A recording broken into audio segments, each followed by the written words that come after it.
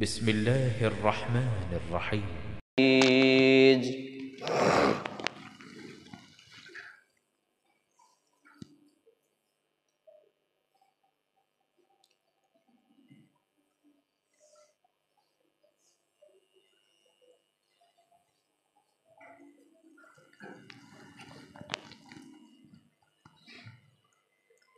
الحمد لله وحده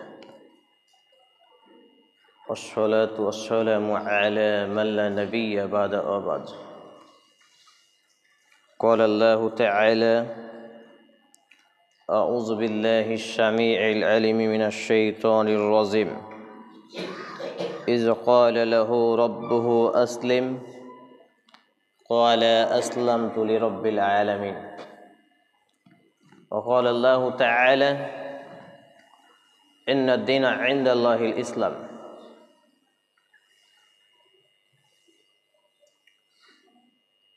قال رسول الله صلى الله تعالى عليه وسلم: من تشبه بقوم فهو منهم. رب اشرح لي صدري ويسر لي أمري واحلل عقدة من لساني يفقهوا قولي. ربي أشر ولا تؤشر وتمم بالخير. ربي زدني علما ربي زدني علما ربي زدني علما। সমস্ত প্রশংসা, গুণগান, গুণকীর্তন, হামদ ও সানা একমাত্র রব্বে কারিমের জন্য, যিনি এক ও একক, ওয়াহদাহু লা শারীক, খালিক এবং মালিক।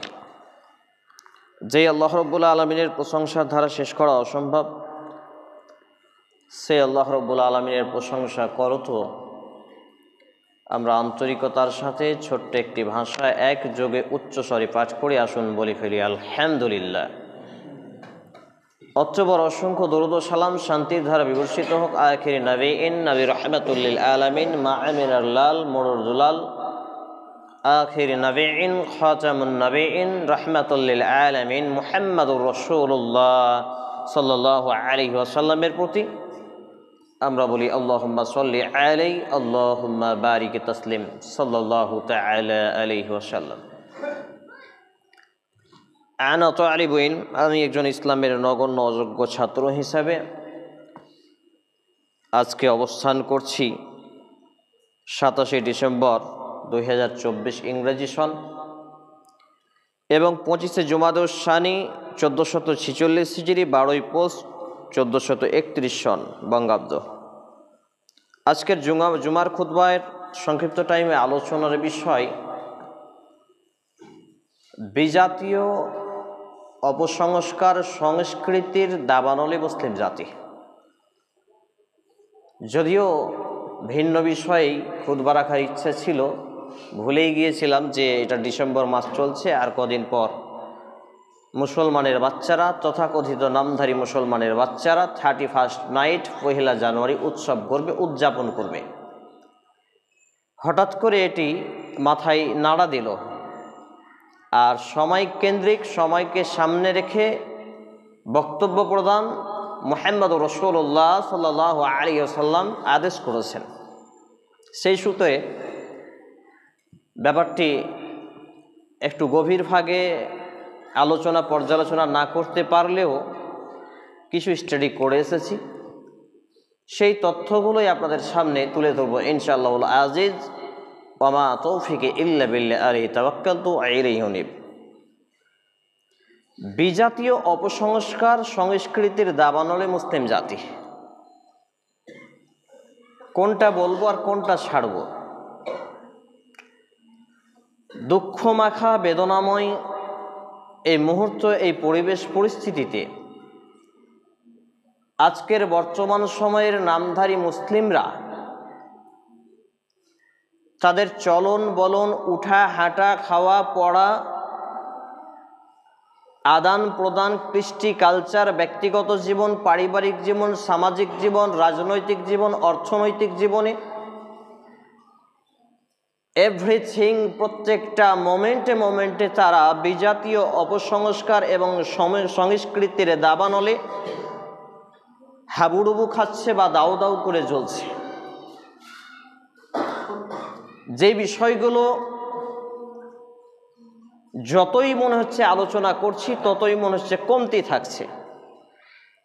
কারণ এই বিজাতীয় অপসংস্কার অপসংস্কৃতি মুসলমান সমাজকে এমনভাবে গ্রাস করেছে যে মুসলমানরা পাইকারি হারে তাতে হাবুডুবু খাচ্ছে।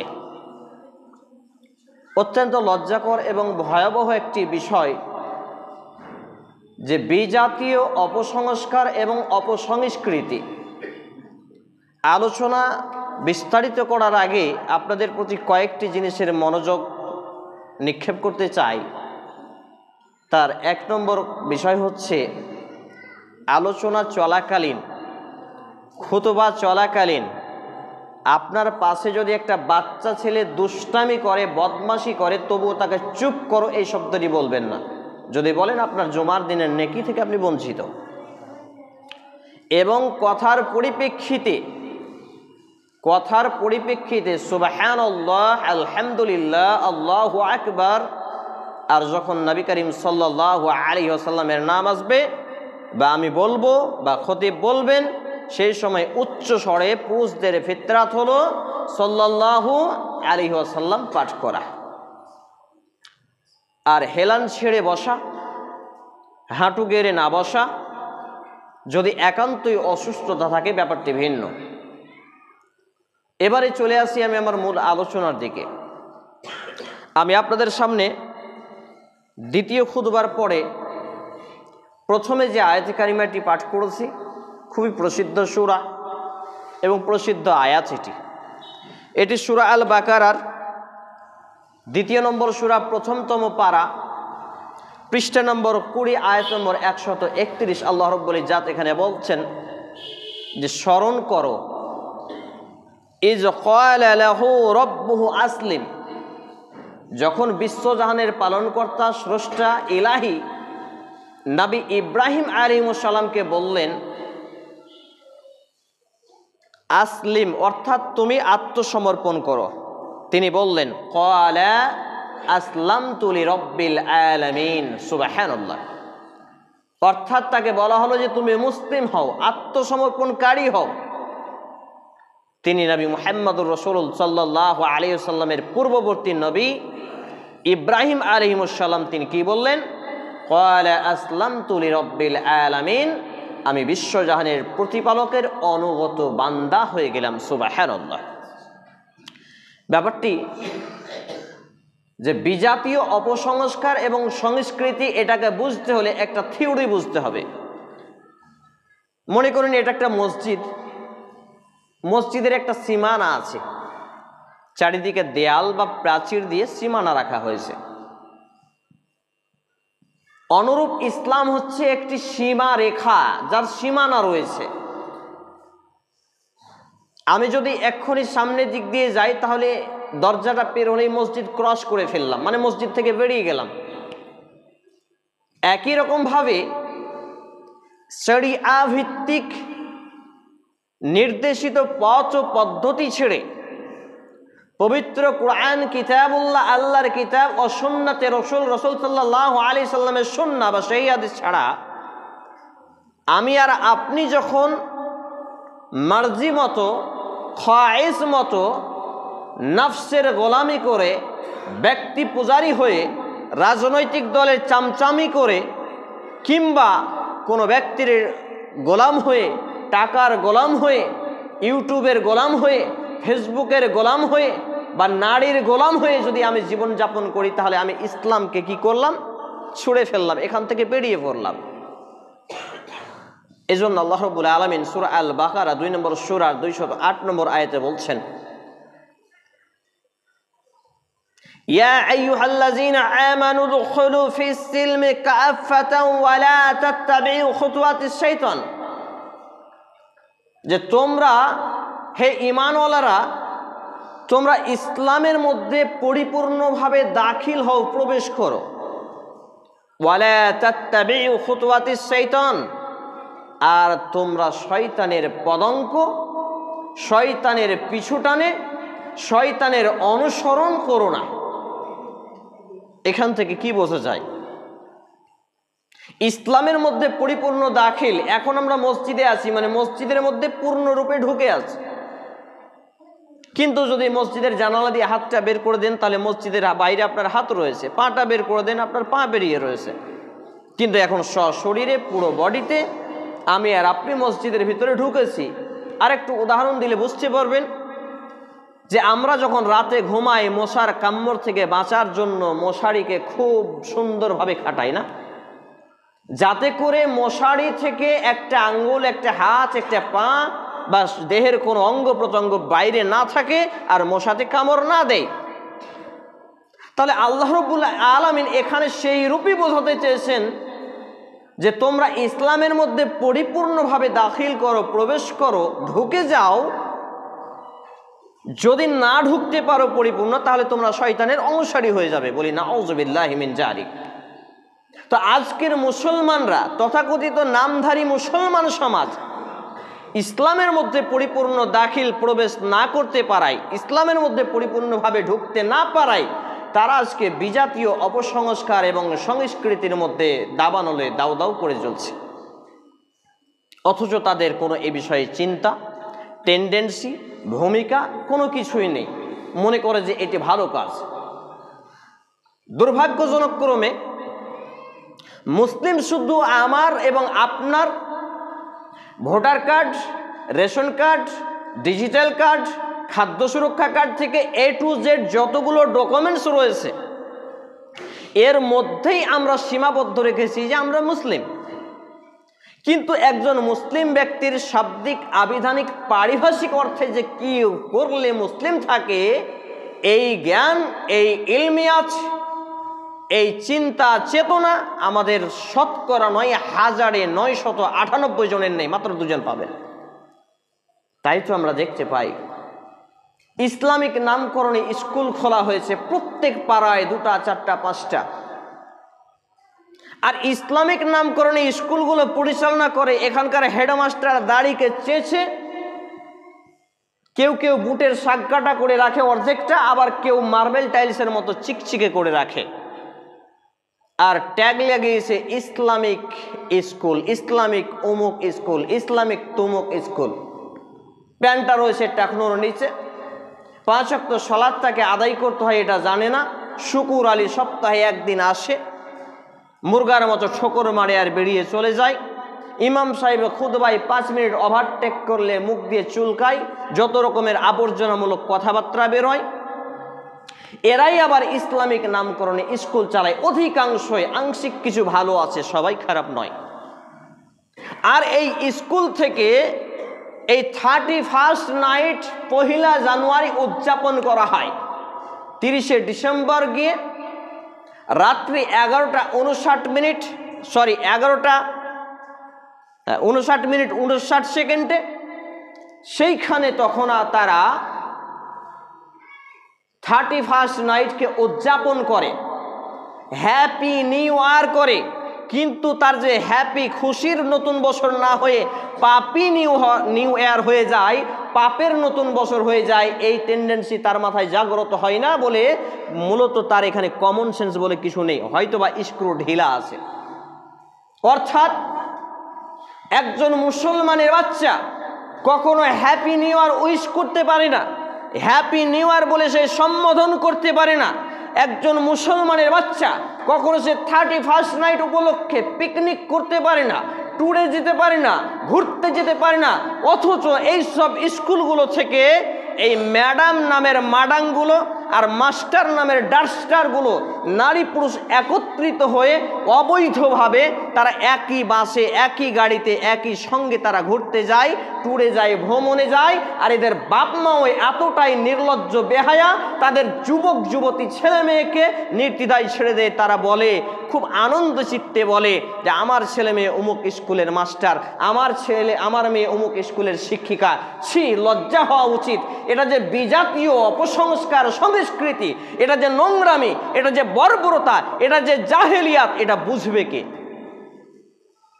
বোঝাতে পারছি না। একজন ব্যক্তি মুসলিম কখন হবে?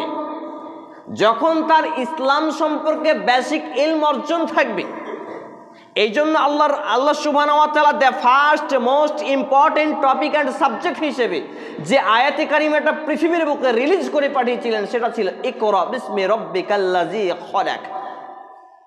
সূরা আল আলাক 96 নম্বর সূরা 1 নম্বর আয়াত 30তম পারা 603 নম্বর পৃষ্ঠা আল্লাহ রাব্বুল আলামিন এখানে নির্দ্বিধায় দ্ব্যর্থহীনভাবে ইকরা বিসমি রাব্বিকাল্লাযী খলাক নাজিল করে বোঝাতে চাইলেন যে হে বান্দারা তুমি রবের নামে পড়ো। রবকে এটাকে আগে চিনতে হবে, আর রবের নামে পড়া শুরু করলেই বুঝতে পারবে ইসলামটা কি। ইসলাম যদি আমার এবং আপনার মধ্যে না থাকে, আমি এবং আপনি যতই মুসলিম মুসলিম করে হাম্বা করি না কেন, আমি আপনি মুসলিম হতে পারবো না। যদিও আমার জানাজা হয়, কাবা ঘরের ইমাম এসে জানাজা পড়ায়, যদিও আমার কাবা ঘরে মক্কা মদিনা মুনাওয়ারাতে দাফন করা হয়, কিন্তু আমার এবং আপনার যদি ইসলামের বেসিক ইলম না থাকে, আমি আপনি যতই আমাদের ডকুমেন্টসে মুসলমান বলে সার্টিফাই করি না কেন, আমি এবং আপনি মুসলমান বলে কখনো গণ্য হব না আল্লাহ তার রাসূলের কাছে এবং বিচারের মাঠে। এবারে চিন্তা করুন, ইসলামের বেসিক ইলম যদি আমার এবং আপনার মধ্যে থাকে, তাহলে আমি পরিপূর্ণরূপে মুসলিম কি এটা বুঝতে সক্ষম হব এবং ইসলামে পূর্ণাঙ্গরূপে ঢোকা কি, প্রবেশ করা কি এটা বুঝতে পারবো। ব্যক্তিগত জীবনকে একটু দৃষ্টিপাত করুন, দাড়িগুলোকে কেটে চেঁচে মার্বেল টাইলসের মতো চিকচিকা করে রাখেন, খুব স্মার্ট মনে হয় নিজেকে। কটা বিয়ে করবেন? বিয়ে তো একটা করলেই আবার আপনার পুঁজি শেষ। আল্লাহ সুবহানাহু ওয়া তাআলা সূরা আন-নিসা 4 নম্বর সূরা 3 নম্বর আয়াতে যে কথা বলেছেন, মাসনা ওয়া সুলাসা ওয়া রুবা, আর যদি ইনসাফ করতে না পারো ওয়াহিদান, একে ফিরে এসো। তোমরা তোমাদের মধ্যেকার নারীদের মধ্যে থেকে বিয়ে করো 2, 3, 4, ইনসাফ কায়েম করতে না পারলে একে ফিরে এসো। দ্বিতীয় বিয়ে যদি কোনো আলেম সমাজ করে, তাহলে তা আপনার আর মুখের চুলকানি থামে না। যত রকমের আবর্জনা আপনি মুখ দিয়ে বের করেন, চায়ের দোকানে এখানে ওখানে যত রকমের আপনি দুর্গন্ধ বের করতে থাকেন, অথচ আল্লাহ রাব্বুল আলামিন এটাকে পারমিট করেছেন। আর আপনি দাড়িকে কাটছাট করে টাকনুর নিচে পোশাক পরে আপনি কটা বিয়ে করবেন? একটাই তো আপনার মোরাদ হয় না, বয়স 36 হয়ে গেছে, লজ্জা লাগে না? সম্মানিত উপস্থিতি ভাই এবং বন্ধুগণ, এই সবই হচ্ছে বিজাতীয় অপসংস্কার, অপসংস্কৃতি। দাড়ি কাটছাট করা হারাম, দাড়ি রাখা ফরজ। ক্যামেরা হচ্ছে অনলাইনে যাবে, বড় বড় সাইকুল হাদিস দেখবে। আমি চ্যালেঞ্জ করেছি একাধিক জায়গায়, দাড়ি কাটছাট করা হারাম, দাড়ি রাখা ফরজ, বাধ্যতামূলক। পুরুষ হিসেবে দাড়ি রাখা বাধ্যতামূলক, মুসলিম হিসেবে দাড়ি রাখা বাধ্যতামূলক। দাড়ি কাটছাট করা হারাম, চূড়ান্ত হারাম, একেবারেই হারাম। রাখা ফরজ, চূড়ান্ত ফরজ, একেবারেই ফরজ। অথচ আপনি দাড়ি কাটছাট করেন কেন? ইসলামের বেসিক ইলম আপনার কাছে নেই বলে। এবার আর কোনটা আসবো? এই 1 জানুয়ারি উপলক্ষে পিকনিক তো করে এই নামদারি মুসলমানের বাচ্চারা বলদের গাড়ি আর টোটো আর কি আপনার বলে 4 চাকা অ্যাম্বুলেন্স থেকে শুরু করে এই গাড়িতে করে এটা ডিজে ভাড়া করে। আমি সেই দিন বলেছিলাম কয়েকটা যুবককে যে আজকে ডিজে বাজিয়ে তুমি মাটি কাঁপাচ্ছ, কালকে তোমার যখন মৃত্যু হবে, কবরের ফেরেশতা তোমাকে ডিজের থেকে কত গুণ বেশি বাজাবে আল্লাহ জানে। চিন্তা করে দেখো। তাহলে এইভাবে যারা অন্যায়কে আশ্রয় দেয়, প্রশ্রয় দেয়, এর মতো কাপুরুষদের মাটির উপরে বেঁচে থাকা থেকে মাটির নিচে মিশে যাওয়া ভালো। কারণ এই ডিজে বাজানো কতটা অন্যায়, কতটা পাপ যদি মানুষ জানতো। একটা বাচ্চা ছেলের যদি পড়া ডিস্টার্ব হয়, এটা হলো হাক্কুল ইবাদ বা হুকুকুল ইবাদ, এটা বান্দার সাথে জড়িত পাপ হয়ে গেল। কোনো বয়স্ক মানুষের যদি একটু কানে ব্যথা উঠে যায়, বুকের হার্টবিট বেড়ে যায়, সামান্য যন্ত্রণা বেড়ে যায়, তাহলে এটা আপনি হাক্কুল ইবাদের মধ্যে পড়ে গেলেন, বান্দার সাথে বান্দার হকের মধ্যে পড়ে গেলেন। দুনিয়াতে তার হাত ধরে পা ধরে ক্ষমা না নিয়ে মারা গেলে কিয়ামতের মাঠে পাহাড় সমান নেকি কেটে আপনাকে দিতে হবে। চিন্তা করুন তার কতগুলো বিজাতীয় অপসংস্কার এবং অপসংস্কৃতির দাবানলে আজকের মুসলিম সমাজ দাউ দাউ করে চলছে। আর কোনটা বলবো? এই যে ধূমপান, দিবারাত্রি আপনি বিড়ি টানছেন, এই বিড়ি মদের থেকেও খারাপ বলেছেন উলামা ইকরাম। যারা মদের থেকে খারাপ বলাতে ক্ষিপ্ত হয়েছে ওই সব লোকেদেরকে আমি ট্যাগ দিয়েছি ড্যাড়মা। কারণ মদের থেকে খারাপ যখন বিড়িকে বলছে তখন কিছু মৌলবি সহ কিছু লোক বলছে যে না এটা বলা যাবে না, এটা ভুল। আমি যারা বলা যাবে না বলেছে তাদেরকে আমি ড্যাড়মা ট্যাগ লাগিয়েছি, প্রমাণ আছে। এটার কারণ হলো একটা ছেলে মদ কিন্তু সরাসরি খেতে শিখে না। আপনি চিন্তা করবেন, গবেষণা করবেন, ভেবে দেখবেন। 2 নম্বর কথা, এই মদ কিন্তু প্রকাশ্য এখনো মানুষ অতটা খেতে পারে না, খেয়ে এসে টলর মলর করে। মদ খেয়ে মানুষ সরাসরি মসজিদে ঢুকে না। দেখেছেন? কেউ দেখেছেন মসজিদে ঢুকতে ইমাম সাহেব মদ খেয়ে? বিড়ি বাইরে টেনে মসজিদে ঢুকতে আমি দেখেছি, আল্লাহ আল্লাহর কসম। রমজান মাসে ইফতার করে নিল, বিড়ি টানলো, ফাটাফাট পেলে পা দিয়ে ঘুষে। আমি বললাম উজু করবেন না, বলছে উজু করেই বেরিয়েছিলাম বাড়ি থেকে। লা হাওলা ওয়ালা কুওয়াতা ইল্লা বিল্লাহ।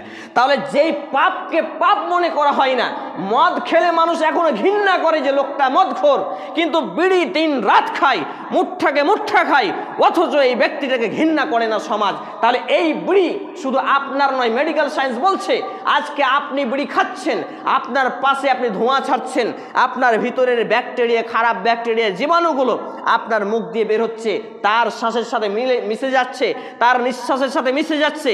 যে ভালো মানুষ আপনার পাশে আছে তার আপনার থেকে তার সাইড ইফেক্ট বেশি। আপনি চিন্তা করুন, আপনি যদি অন্য কাউকে বিড়ির জন্য কষ্ট দিয়ে থাকেন তাহলে আপনি হাক্কুল ইবাদে পড়ে গেলেন। নামাজ, রোজা, হজ, যাকাত আর তাহাজ্জুদ পড়ে জান্নাতে যাওয়া সম্ভব হবে না। কে চিন্তা করবে? কে গবেষণা করবে? কে কথা বলবে? বিড়ির বিরুদ্ধে কথা বলা এক কোম্পানি আমাকে বললেন যে 50,000 টাকা দিচ্ছি, বিড়ির বিরুদ্ধে মুখ খুলবেন না। আমি বললাম আমি মুসলিম, চির রণবীর, মরণকে করি না ভয়, মরলে শহীদ, বাঁচলে গাজী, আমার উভয় সমান। আমার জেল যতটুকু আমার সেল ততটুকু, আমার বেঁচে থাকা যতটুকু আমার মরে যাওয়া ততটুকু। আমি কোনো পরোয়া করি না যে আপনার কাছে আমি ভাঁড় হয়ে যাব, মাথা বিক্রি করে দেব, হাতে চুরি পরে নেব। এইগুলো বিজাতীয় অপসংস্কার, অপসংস্কৃতি আমি স্বীকৃতি দেব না। সম্মানিত উপস্থিতি ভাই এবং বন্ধুগণ, এইভাবে আপনার ঘরের ছেলে মেয়ে থেকে শুরু করে আপনার ছেলেটার বিভিন্ন জায়গায় চুল কাটা, আপনার ছেলেটা বিভিন্ন প্যান্টটা ছেঁড়া, সবই অপসংস্কার, অপসংস্কৃতি। আপনার ছেলেটা লুডো, ক্রাইম পেট্রোল আর ফ্রি ফায়ার, পাবজি সব খেলার সময় ব্যয় করতে পারে, টিভির দোকানে আরও কিছু সব জায়গায় সময় ব্যয় করে। সময় কাটে না মৌলভী সাহেব, এই জন্য এখানে বসে আড্ডা দিচ্ছি, কিন্তু নামাজে সময় ব্যয় করতে পারে না। এটা হচ্ছে বিজাতীয় অপসংস্কার এবং অপসংস্কৃতি। সম্মানিত উপস্থিতি ভাই এবং বন্ধুগণ, আমি দ্বিতীয় খুতবার পরে দ্বিতীয় দফায় আপনাদের সামনে যে আয়াতে কারিমা পাঠ করেছিলাম, এটি 3য়তম পারা 52 নম্বর পৃষ্ঠা কুরআনুল কারীমের 3 নম্বর সূরা আয়াত নম্বর 19। আল্লাহ রাব্বুল ইজ্জাত বলছেন, ইন্নাদ দীনা ইনদাল্লাহিল ইসলাম, আল্লাহর কাছে নিঃসন্দেহে গ্রহণযোগ্য, অ্যাকসেপ্টেবল, গৃহীত কোন রিলিজিয়ন যদি থাকে সেটা হবে দ্বীনুল ইসলাম। বলি সুবহানাল্লাহ। তা আল্লাহর কাছে একমাত্র চূড়ান্ত ধর্ম ইসলাম। আর এই ইসলাম ছেড়ে আজকের নামধারী মুসলমানরা মার্জি মতো, খায়েশ মতো, ইচ্ছা মতো যেমন খুশি তেমন সাজে নাটক অভিনয় হয়, এই রকমভাবে তারা জীবন চালায়। অথচ তারা মরলে তাদের মসজিদে এলান হয়, অথচ তারা মরলে তাদের জানাজা হয়, অথচ তারা মরলে তাদের জন্য দোয়া করা হয়। এইগুলো টাটকা ভণ্ডামি বন্ধ করুন। মাদ্রাসার সেই সব শিক্ষকদের বলতে চাই, যারা বেনামাজের জানাজা পড়ান তারা সতর্ক হয়ে যান, নইলে কবরে পিটুনি আপনাকে পর্যন্ত দেবে ফেরেশতা, তখন কি করে রুখবেন? এখানে তো আপনার দলবল ভারী, পাল্লা ভারী, আপনি চালিয়ে দিচ্ছেন। কিন্তু যেই সব মসজিদ কমিটিগুলোকে বলবো যে বেনামাজির জানাজা হবে না ঘোষণা করুন, বেনামাজির জানাজা পড়াবেন না এই ঘোষণা করুন, নামাজির সংখ্যা বাড়ছে কি কমছে দেখেন তো। শক্ত হতে হবে, কঠোর হতে হবে দিন ইসলামের জন্য, নইলে ওই যে মসজিদ দখল করলো না, বাবরি মসজিদ দখল করলো না, শাহী মসজিদ নিয়ে দাঙ্গা চলছে না, আরো কিছু হচ্ছে না, মাদ্রাসা বন্ধ করছে না, আরো করবে, কোরআন জ্বালিয়ে দিবে, মাদ্রাসা দখল করবে, মসজিদ দখল করবে। যদি আপনার মধ্যে প্রকৃত ইসলাম না থাকে, আপনি যদি প্রকৃত মুসলিম না হতে পারেন, এরা করবে। কারণ ওদের মধ্যে আল্লাহ তাআলা আমাদের মধ্যে থেকে ভয়টাকে আউট করে দিবেন। একটা হাদিস মনে পড়ে গেল, সংক্ষিপ্ত টাইম। একদা নবী করিম সাল্লাল্লাহু আলাইহি ওয়াসাল্লাম বলছেন যে আমি দেখতে পাচ্ছি অচিরেই বিজাতীয় লোকেরা মুসলমানদেরকে ধরে টুকরো টুকরো করবে, তাদেরকে মেরে হত্যা করবে, তাদেরকে জবাই করে দেবে। সাহাবায়ে কেরাম রাদিয়াল্লাহু তাআলা আনহুম বলছেন, ইয়া রাসূলুল্লাহ, ইয়া হাবিবাল্লাহ, হে আল্লাহর রাসূল, হে আল্লাহর বন্ধু, আমার পিতামাতা আপনার প্রতি উৎসর্গ হোক, কুরবানি হোক। সেই সময় কি আমাদের দলবল কম হবে যে বিজাতীয় কাফের মুরতাদ বেদিন নাস্তিকরা আমাদের উপরে চড়াও হবে, আমাদেরকে এইরকম করবে? নবী মুহাম্মদ রাসূলুল্লাহ সাল্লাল্লাহু আলাইহি সাল্লাম বললেন, ক্বালা লা, না। সেই সময় তোমরা হবে সংখ্যাধিক্য, তোমাদের সংখ্যায় হবে অধিক, তোমাদের সংখ্যা হবে বেশি, সংখ্যা নিয়ে তোমরা একবারে গর্বিত হবে, অথচ তোমাদের মধ্যে কাজ করবে হুব্বুদ দুনিয়া, দুনিয়ার ভালোবাসা। আর আহুন সম্পর্কে যখন বলা হলো যে রাসূল সাল্লাল্লাহু আলাইহি সাল্লামকে বললেন, ইয়া রাসূলুল্লাহ, আহুন কি? তিনি বললেন, তোমাদের মৌতকে তোমরা ভয় পাবে, মৃত্যুকে তোমরা ভয় পাবে, আর দুনিয়ার প্রতি ভালোবাসা বেড়ে যাবে। আজকে অধিকাংশ নয়, বেশিরভাগই মুসলমানের বাচ্চা মুসলমান মৃত্যুকে ভয় পায়, মূলত তাদের ঈমান নেই বলে, আর তাদের দুনিয়ার মহব্বত বেশি। শিক্ষা প্রতিষ্ঠানে দান সাদকা করে না, যে জায়গায় দান করা প্রয়োজন সেখানে করে না। ইসলামিক বই একটা কিনতে গেলে 100 টাকা, ওহ এত টাকা। একটা মিসকিন ফকির দরজায় এসেছে, 10 টাকা নোটটা উঠেছে হাতেও, 10 টাকা 2 টাকা কয়েলটা কোথায়, আবার পকেটে হাত ভরে। এই টেন্ডেন্সি, এই চিন্তাধারা যাদের মধ্যে আছে, এই মুসলমানরা যদি মার না খায় তো আর কোন মুসলমানরা খাবে? এই সময়টা হচ্ছে এই সময়, ওলামায়ে কেরামগণ বলছেন এই হাদিসের ব্যাখ্যায়, সেই সময়ের মুসলমান হবে কচুরি পানার মতো, দলের মতো, আবর্জনা খড়খুটার মতো। স্রোত যে বাঁকে বয়ে যায়, এরাও সেইভাবে বয়ে যাবে। এখনই যদি একটা মানুষকে, মুসলমানকে যদি জঙ্গি বলে ফাঁসিয়ে দেওয়া হয়, যদি কোনো ব্যক্তিকে জঙ্গি বলে ফাঁসানো হয়, ওই ছেলের পাড়ার লোক বলবে ছেলেটা সত্যি জঙ্গি। কেন? সে নামাজি বেনামাজিদের কবরস্থানে জানাজায় যেত না, বেনামাজিদের সঙ্গে তার সম্পর্ক ভালো ছিল না, বেনামাজির বেটিকে বিয়ে করেনি, বেনামাজির মেয়েকে বিয়ে করেনি, বেনামাজির বাড়িতে বোন দেয়নি, মেয়ে দেয়নি। এই জন্য সেই লোকটা বলবে, হ্যাঁ, মুসলমানের বাচ্চারা বলবে, হ্যাঁ সে ওই রকমই। আমার দেখা চোখে এগুলো। সম্মানিত উপস্থিতি ভাই এবং বন্ধুগণ, তাহলে চিন্তা করুন, আমি যে হাদিস পাঠ করেছি সে হাদিস বলে আলোচনা গুটিয়ে ফেলবো ইনশাআল্লাহ তাআলা।